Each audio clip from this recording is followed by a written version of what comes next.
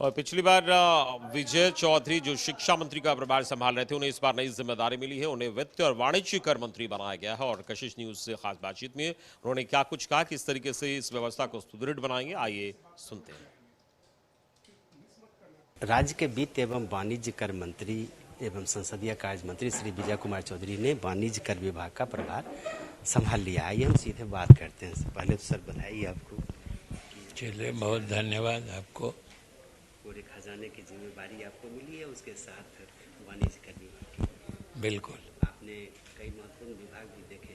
क्या लगता है कि अभी की जो वर्तमान स्थिति है उसमें एक चुनौती आपके सामने है, बिहार की जो वित्तीय स्थिति है उसको लेकर? देखिए, चुनौती तो होती ही है, हर विभाग में चुनौती होती है और हर विभाग के चुनौती की प्रकृति और प्रवृत्ति अलग अलग होती है। तो यहाँ भी चुनौती निश्चित ही होगी। और आज तो मेरा पहला दिन है यहाँ पे, तो धीरे धीरे सारी बातें सामने आएंगी। लेकिन हम समझते हैं कि जो इस विभाग का मैंडेट है उस हिसाब से सरकार के लिए ये सबसे प्रमुख विभाग है, क्योंकि जितने हम विकास की बात करें, योजनाओं की बात करें, चाहे जिस भी क्षेत्र की बात करें, सभी के लिए तो संसाधन की जरूरत होती है, पैसों की जरूरत होती है। तो पैसा जुटाने का मुख्य काम इस विभाग का है, जो विभिन्न प्रकार के करों से सरकार का राजस्व संग्रह होता है और सारे काम उसी पे निर्भर करते हैं। तो स्वाभाविक रूप से ये विभाग तो सरकार का, जिसको कहते हैं स्पाइनल कॉर्ड, माने मेरुदंड है। ये विभाग अगर शिथिल हो जाए तो फिर सरकार के सारे काम शिथिल हो जाएंगे। संसाधन जुटाना मुख्य रूप से इस विभाग का काम है।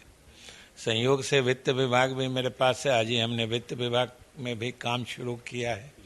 वहाँ भी हमने देखा है कि सरकार की जितनी योजनाएं चल रही हैं और ख़ास तौर से नीतीश कुमार के सरकार की जो प्राथमिकताएं हैं, जो गरीबों को मदद करने वाली योजनाएं हैं या अन्य विकास की योजनाएं हैं, सब के लिए संसाधन जुटाने की ज़रूरत है, जो मुख्य रूप से इस विभाग का कार्य होता है।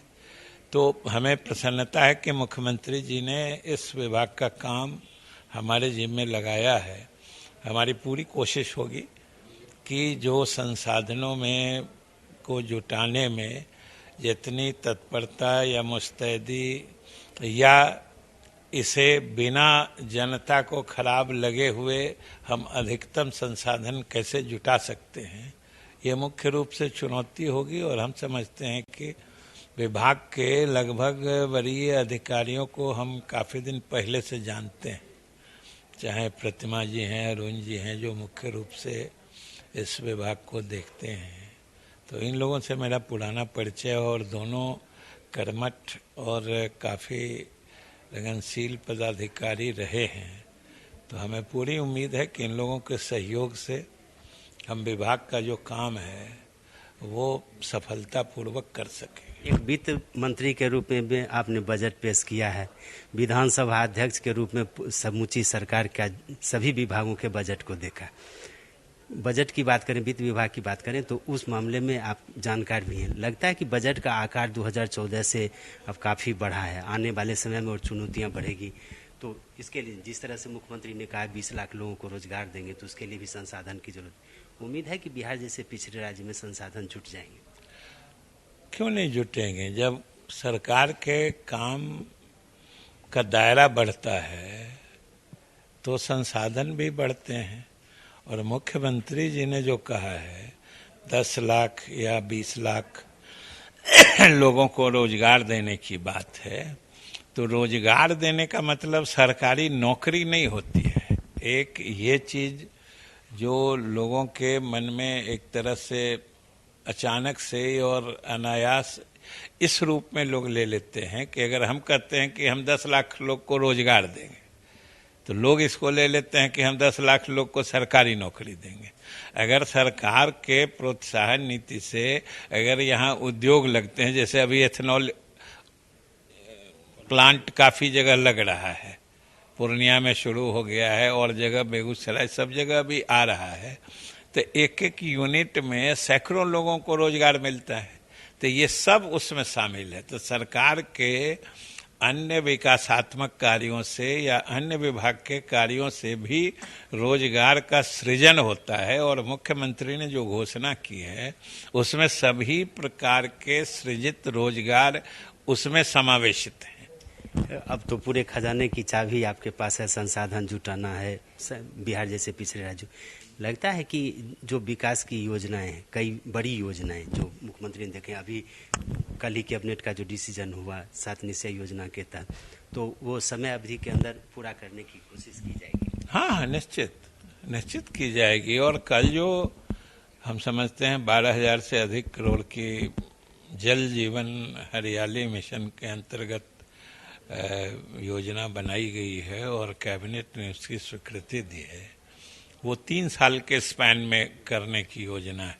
और कई विभागों के काम उसमें सम्मिलित हैं, जिससे जल जीवन हरियाली के जो लगभग 11 अवयव हैं उन सब से जुड़े विभागों के काम उसमें सम्मिलित हैं। तो हर विभाग के कार्य में प्रगति हो रही है, उपलब्धियां हो रही हैं। तो हम समझते हैं कि स्वाभाविक रूप से जो कल कैबिनेट से निर्णय हुआ है वो मतलब वो प्राप्त किया जा सकता है, वो लक्ष्य प्राप्त किया जा सकता है, वो उपलब्धि हासिल की जा सकती है, ये बिल्कुल स्पष्ट। जिन विभागों का दायित्व आपने संभाला है उसमें आपका प्रबंधन बेहतर रहा है अभी तक, क्या वित्तीय प्रबंधन भी बेहतर रहे इसकी उम्मीद की जा सकती है? कोशिश तो हमारी यही होगी। तो वित्त मंत्री का और वाणिज्य कर विभाग का प्रभार लेने के बाद वित्त मंत्री विजय कुमार चौधरी काफ़ी एक तरह से कहिए इस बात से आश्वान्वित हैं कि बिहार का जो है वित्तीय प्रबंधन वो काफ़ी बेहतर होगा और नीतीश सरकार ने जो भी योजनाएं बनाई हैं उस योजनाओं को पूरा करने में पूरी तरह से वो कोशिश करेंगे और उसको मूर्त रूप दिया जाएगा। कैमरामैन राजेश के साथ अशोक मिश्र, कशिश न्यूज़, पटना।